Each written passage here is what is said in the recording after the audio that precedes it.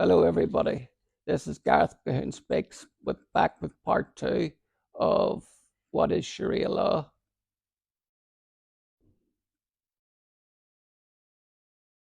Many Islamic countries didn't separate the church from the state. Uh,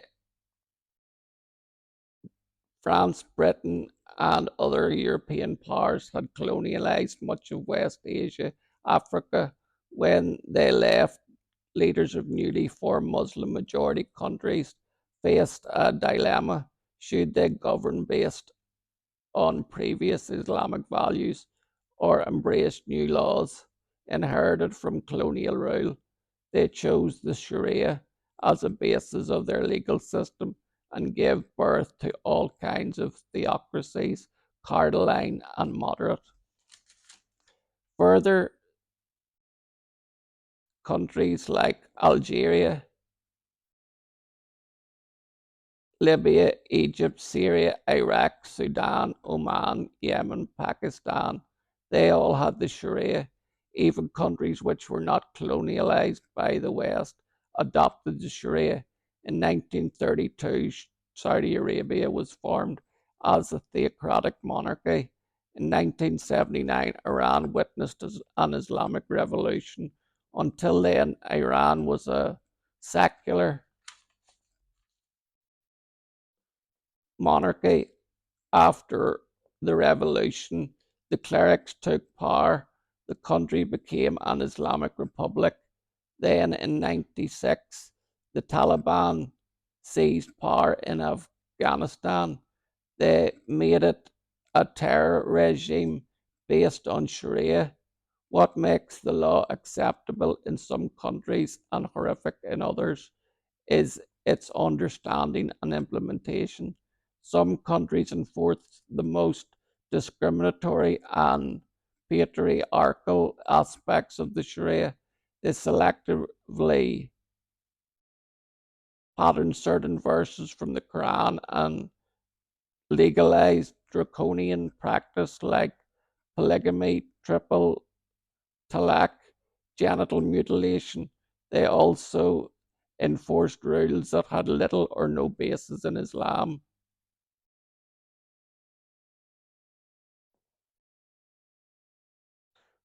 Research shows that the most of these punishments were not sanctioned in the Quran. They were not practiced by the Prophet. Yet today they've been made the highlights of the Sharia. They've been used to dictate daily lives of Muslims the world over. A lot of the followers do not understand this. They just stubbornly uphold ignorant and unjust practices. The biggest victims of this are Muslim women. Does God just does God ju- judge differently based on gender? For many clerics it does, despite the fact that women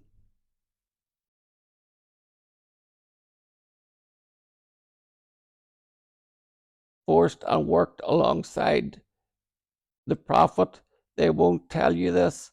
In some countries, some women cannot step out without an abaya or a veil, but men can dress the way they want. Women cannot stand for president, but men can stand for a lifetime. Women cannot choose to have an abortion, but men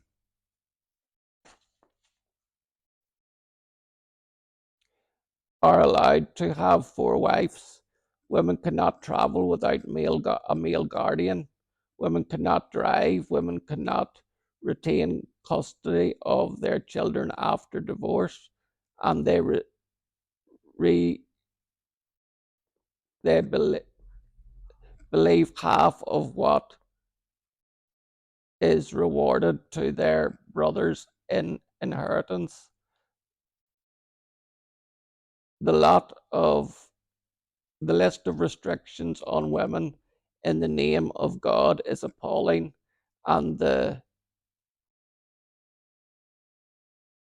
Sharia's misuse doesn't end there. It is cited to justify what they call the conquest mindset to wage wars in the name of Islam, especially by terror outfits who portray themselves as more faithful than other Muslims. They use religious scholars in their ranks to make finely crafted arguments to use religion as a pretext to perpetrate violence. They exploit people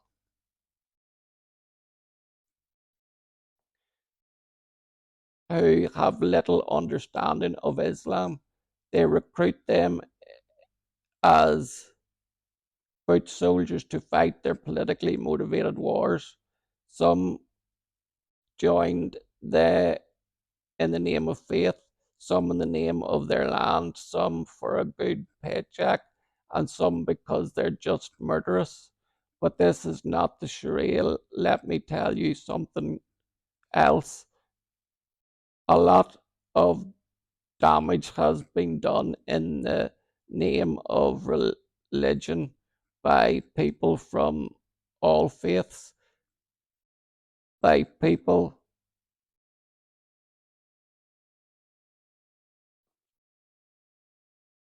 cultures, and that's true for the Sharia too. Yet it remains a way of life for 1.8 billion followers of Islam from more than 57 countries. Does that make it acceptable? Who decides and in which form?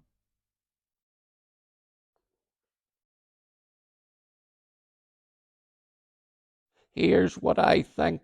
All things, including religion, must evolve with time. First, some practices are outdated, they must end. Religious law may not have a place in modern nation states governed by a constitution.